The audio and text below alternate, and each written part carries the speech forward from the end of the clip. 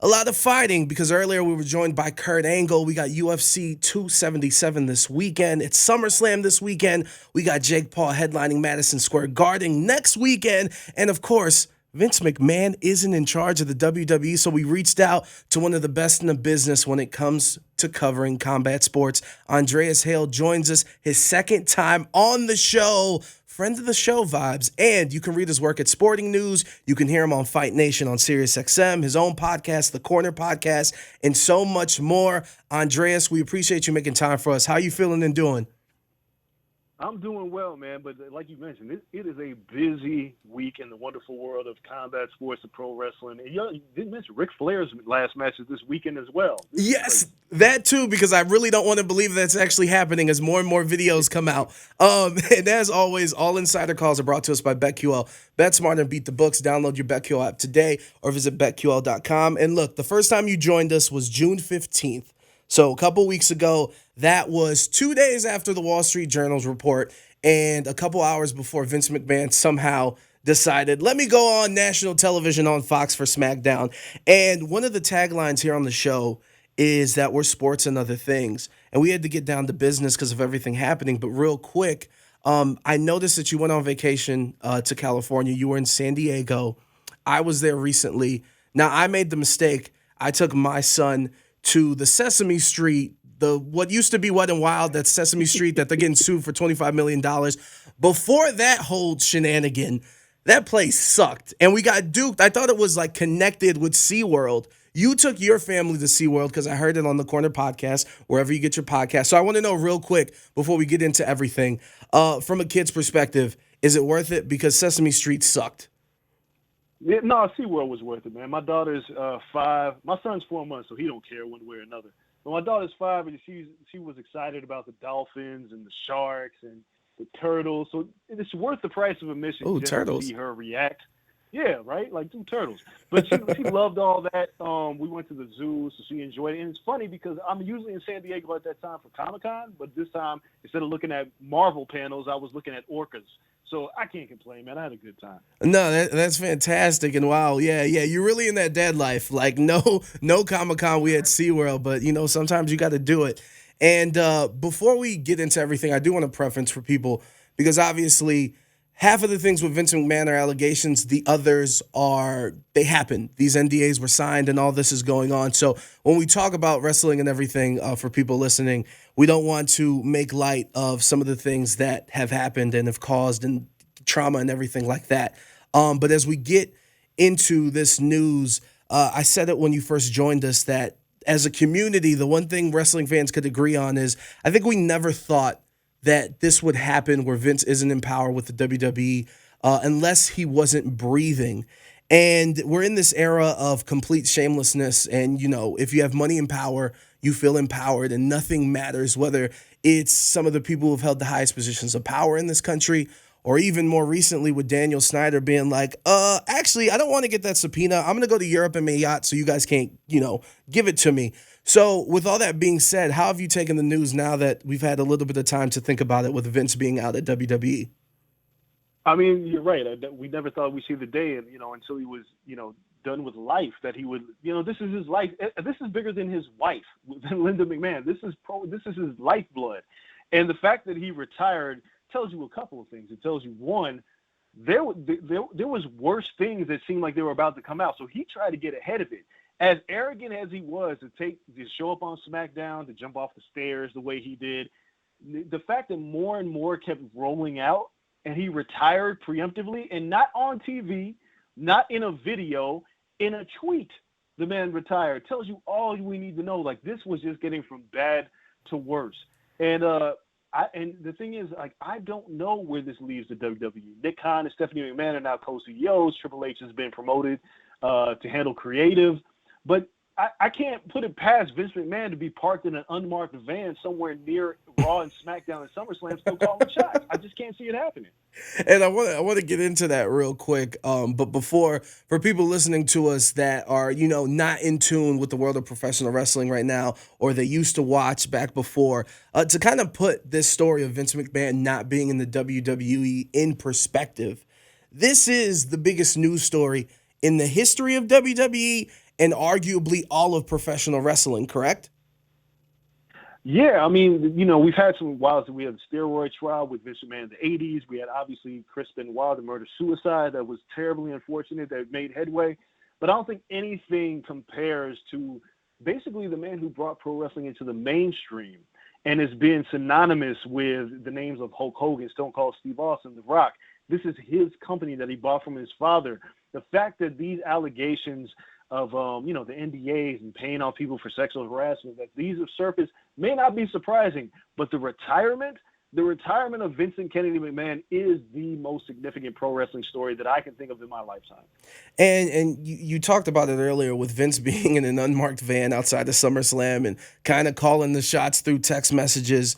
And I do think a lot of that is going to be dependent on, like you said, what's going to come out, because the internal investigation with the WWE is still going on. The Wall Street Journal and those reporters aren't going to stop. HBO Real Sports is still doing what they're doing. How much do you think, whether it's Nick Khan, Triple H, or Stephanie McMahon, how much do you think they're actually going to listen to some of the advice that Vince has if he sends text or sends emails like, yo, you guys should be doing this, that, and the third? Because to be honest, when I look at those three personally, I think that Stephanie obviously has an allegiance because she's always been there since she was a teenager and admires her father, and it's her father. But to me, Triple H, obviously he had the health reasons, but with Nick Khan and kind of how things have changed and the philosophy of who they're going to sign and what we want to present, this, that, and the third, I think he's kind of over it. And now he's back and he's like, I can finally do what I was doing back when he was running NXT. It's fascinating, right? So we know that Nick Khan doesn't really necessarily have anything to do with the creative side. He handles all the business. His job is to take a look at those books, see who's getting paid too much, see what we need to do to strike better deals, and handle that, right? Triple H is in a precarious position because, there have been reports that him and Vince didn't always get along. His vision of NXT was not necessarily Vince's vision of pro wrestling. But the complicated part is you now have to report to your wife, who is the boss's daughter. And you have to wonder, is Stephanie McMahon Vince's daughter or Paul Levesque's husband, Triple H's real name? So I don't know which master she serves in this situation, but I have a feeling that she's going to answer to her father more than she would her husband in this situation. So if Vincent McMahon is calling shots from a text message and say, hey, Steph, I don't like the way the creative is being handled, she may listen, and there's nothing that her husband can do anything about it. And I don't know about you, but I can't imagine a more complicated situation than this, being Triple H having to answer to your wife, who is the boss's daughter. Yeah, I agree with it. And it's kind of like it kind of spoils my next question, because one of the things I did want to ask you is, and I know that WWE is doing their tryouts right now as we speak, and the media was allowed to be in there, and there was a media scrum with Triple H. And he was asked about how the product is going to change with him being in creative, and he gave the simple answer of, well, you guys got TVs, you're going to have to watch. But from your perspective, whether he's kind of handicapped in some of the decisions that he wants to do, and ultimately what plays out, what do you think is going to be the biggest difference for fans watching the product, whether it's 6 months from now or a year from now? Well, I think, first of all, I think it's going to take 6 months to see a lot of this stuff play out, right? The let it play out audience exists on Twitter. They say let everything play out. But I think the biggest change will be cohesive storytelling. At least I hope. The Please. WWE has been haphazardly booking a lot of their shows, and things that just don't absolutely make zero sense happen. And then the storyline will be in one place one week, and the next week is just kind of thrown in the trash. I think when you have somebody like Triple H involved, and depending on how that writer's room shapes up, I think they'll be more invested in trying to tell longer-term stories and having a lot more cohesiveness than in the past. I don't think that necessarily means that different people will be getting pushed, because obviously, depending on how this internal investigation shakes out, Vince McMahon could unretire and go right back to a position of the power in the company. That's not outside the realm of possibility. So I think Triple H is going to have to kind of tiptoe around this thing to try to serve all masters and make them happy. But as we saw with the NXT product, he doesn't necessarily, he's a sports entertainer, but he understands the value of pro wrestling. So I think we might actually see something that is more akin to what we're seeing on AEW in terms of the work, because they have the talent, and I've always said I root for the talent, not necessarily the promoter. Just utilizing them properly is something that we probably see over the next 6 months as the biggest and most significant change. And one of the things that kind of has me excited the most, and reports are starting to trickle in. I believe yesterday, Dave Meltzer, Bleacher Report, tweeting out that there is interest in Triple H reaching out to the likes of Sasha Banks and Naomi. And of course, out there in the free agency world of professional wrestling, Johnny Gargano, Bray Wyatt, to name a few. Do you think, and I know there's been some comments of people being like, yo, if Triple H doesn't leave, I'm still there. But do you think with a change of philosophy, do you think that what they're looking for in terms of talent, and do you think that Sasha, Naomi, or Bray, or some of these people that used to be with the company ultimately end up back in WWE? It's a really good question, because I think the talent that you just mentioned, especially Sasha Banks and Naomi, I think they're going to do a wait-and-see approach. I don't think they're going to be rushing back to the company. They want to see how things have changed, because obviously you still have friends in the company. So if you're talking to Natalya or Carmella or Charlotte, and it sounds like the same old same, maybe I'm not in a rush to go back, and I don't care who's at the helm. But if you see some changes actually happening that benefit the company, and especially in the case of Sasha Banks and Naomi, where all reports say it was frustration over the lack of push for the women's tag team titles, if you see that matriculate into something that is they care about this type of product, I can see them coming back. I also believe a lot of the talent, even the Adam Coles and the Garganos of the world and the Bray Wyatts, that if Triple H was in power, they didn't want to leave. Look, the WWE pays their talent a lot of money, but there's no price on happiness. And at some point, as we see with all the talent that has come through those doors, they want to leave because they're not happy doing what they love. So if you're handicapping them and you're saying, well, we're paying you a bunch of money to sit on the bench and do nothing, that's not appealing for anybody that's been with the company. But if you go, look, you're a wrestler and we want you to wrestle, somebody like Johnny Gargano, that's appealing, and maybe I come back if I'm being utilized, but I need to see it to believe it, because it's still the house that Vince and Kennedy McMahon built, and I can't trust that just because you're in power in the next 90 days that you sign me and you don't hoodwink me like you've done so many other talent. Like all this talent that they've signed, a lot of them have been underutilized, have been told that they're going to be pushed to the moon or they're going to be prominently featured, and they're not. So it's a wait-and-see approach. I mean, I was just about to plug your Twitter, and be sure to follow Andreas on Twitter at Andreas Hale. And you tweeted yesterday that CM Punk, what got me back to being a fan after being gone as I grew up as a teenager, and that run, and how that was really only 4 weeks. SummerSlam comes, and Kevin Nash comes, and then that was really the end of arguably one of the hottest storylines, definitely of this era. Money in the Bank 2011, by the way, I think is the best pay-per-view the WWE had of that decade. But just again, one more time, be sure to follow him, Andreas Hale, on Twitter at Andreas Hale. Check out this podcast too, the Corner Podcast, as well, wherever you get your podcasts. Real quick, Dwight Howard in the WWE, are you in or out? Listen, man, I'm in, because listen, there's a guy named Almost who's a giant and is not necessarily a great worker. Like, I can't imagine that Dwight Howard could be any worse. More importantly, it seems like this is something that Dwight Howard has thought about for a while. And I think the WWE could use somebody like Dwight Howard if, he's really taking this seriously. And it couldn't even be a one-off. I mean, his little promo at the tryouts was funny. I'm in, man. Like, I'm in. If Logan Paul can sign with the company, why can't Dwight Howard? No, look at the man. He could get a run. Why not? You're right. Are we ultimately going to end up with Draymond Green doing his podcast during Monday Night Raw, like him coming to the WWE? Dude, it's possible. Listen, those tryouts, they focus heavily on college athletes with no pro wrestling experience, which is a complicated thing, because I think you should mix, raw talent with seasoned talent to make the raw talent better. But they've always had an infatuation with athletes, right? Dating back to like Lawrence Taylor headlining WrestleMania, like the refrigerator William Perry in the Battle Royal WrestleMania 2. Like, they've had that infatuation with athletes. So if there's a way to incorporate athletes who are actually pro wrestling fans into the product and take it seriously, I think there's a fun way to do it. But you just can't push them to the top of the card and make them main eventers and then expose how green they are. There's a balance that they have to figure out. and I don't know if they're there yet. And this is going to be the last WWE question before we get to Ric Flair and some of the other things, because, like you said, it is a huge week for combat sports this weekend. So I'm a little younger than you. So my arguments growing up consisted of LeBron versus Kobe, LeBron versus Dwayne Wade, LeBron versus MJ, and then we had Xbox versus PlayStation. Now that I'm a grown ass man, I've realized that I can actually afford to have a PlayStation and an Xbox and enjoy them both. And that's kind of my philosophy with WWE and AEW.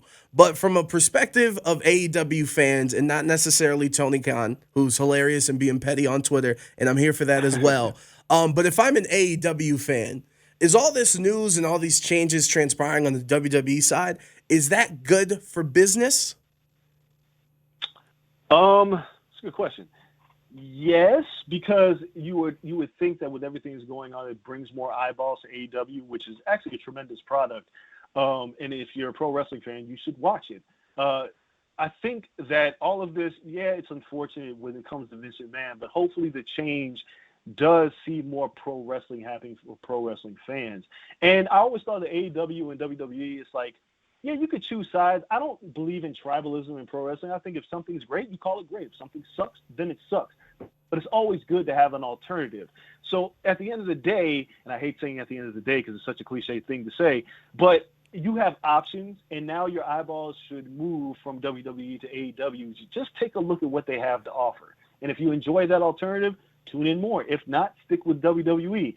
But it is good for business. Competition is always great for business because it brings the best out of everybody. So just enjoy what you like. Like my man Kaz says, Kazim Famoudier, he says, don't yuck somebody else's yum. Just enjoy what you like. Facts. Go listen to the Cheap Heat podcast after you listen to the Corner podcast, after you listen to the Playmakers here on Audacy, okay? Last two questions, Andreas. Ric Flair, what the hell? Yeah, it's a good way to ask a question, an open-ended question. I don't know. Listen, I grew up watching Ric Flair. He was wrestling since before I was born. The fact that he's having one last match is like ridiculous to me because this man's talking about he has a pacemaker. Like, stop, Rick. But it's the thing. It's 73 like years old, right? All he knows. He's a maniac. He's nuts. But to say that I wouldn't watch it would be a lie. I am absolutely tuning in on Sunday to watch Ric Flair's last match. I mean, hopefully it turns out well and he doesn't get hurt. Hopefully Jeff Jarrett takes care of him because he smashes somebody over the head with a guitar. It's a legacy that lives on in pro wrestling. But yes, the question is, what the hell are we doing at 73 years old? Are you nuts? Never in the history of pro wrestling, I believe, is one of the things and highlights looking into a match or looking forward to it is, well, hopefully, legitimately, one of the wrestlers doesn't die. Hopefully that. Until now. And my final question, and again, Andreas, thank you so much for the time. Jake Paul, next weekend, Madison Square Garden. If he loses and everyone gets to go in his face and see what happens, whether he has a long career or not, you actually finally lost when you faced an actual boxer and you couldn't hang. Does an L end his boxing career? Absolutely not. Listen, he could take this loss like Conor McGregor lost to Nate Diaz, and he'll be just fine. He'll lose, and he'll say, hey, man, he was bigger than me. I didn't have time to prepare for him. And I'll fight again. Jake Paul, like, the one thing we got to get out of in the world of boxing is understand, like, considering a loss to be the end of somebody's career. The greatest fighters of all time have lost. It wasn't really until Floyd Mayweather came around that we put so much value on an undefeated record. Jake Paul is training hard to be a real boxer and treated as a real boxer. If he loses to another real boxer, it is okay. There are going to be some people that jump off the bandwagon for a week and talk like. I'll refer to Drake. Drake always says this. He's like, when I drop my album, I expect you to talk trash for the first week. 3 weeks later is when we revisit how you really feel about my music. Same thing with Jake Paul. If he loses this fight, we're going to trash him for about a week. But if he announces another fight 3 to 4 weeks later, we'll see what really happens. And I think people will still be on board with whatever Jake Paul has to offer. If nothing else, he's entertaining. And I think we'll still continue to tune in. There he is, Andreas Hale joining us. Combat Sports, he's got you covered with sporting news. Sirius XM on the Fight Nation channel. The Corner podcast. I know you have other podcasts and projects in the works, right? What am I missing? I just launched a show on Sporting News called Fighting Words with Andreas Hale, where I just kind of give my controversial opinions, do some interviews. That goes once a week on the Sporting News YouTube channel.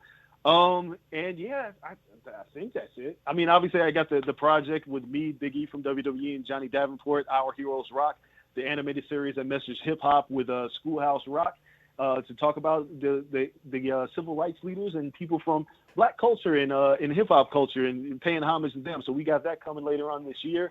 And I think that's about it, man. There's a lot of hyphens in what I do, but I think we focus on the key ones. Yeah, it's a lot of quality work, man. Andreas, we appreciate you joining us during this busy weekend. I'm sure we'll be checking in with you soon. Take care, man. Absolutely. Thank you. Of course, Andreas Hale joining us again. Be sure to follow him on Twitter at Andreas Hale. That is Hale on the last name. And the show continues jam-packed on this Friday here on the Playmakers. Coming up next, Ric Flair. He runs Evo, the GM of Evo, rather. Next weekend, the biggest fighting game tournament in the world is coming to Mandalay Bay. And we'll explain what the hell it is and why you should be excited. It's 11:40 The Bet.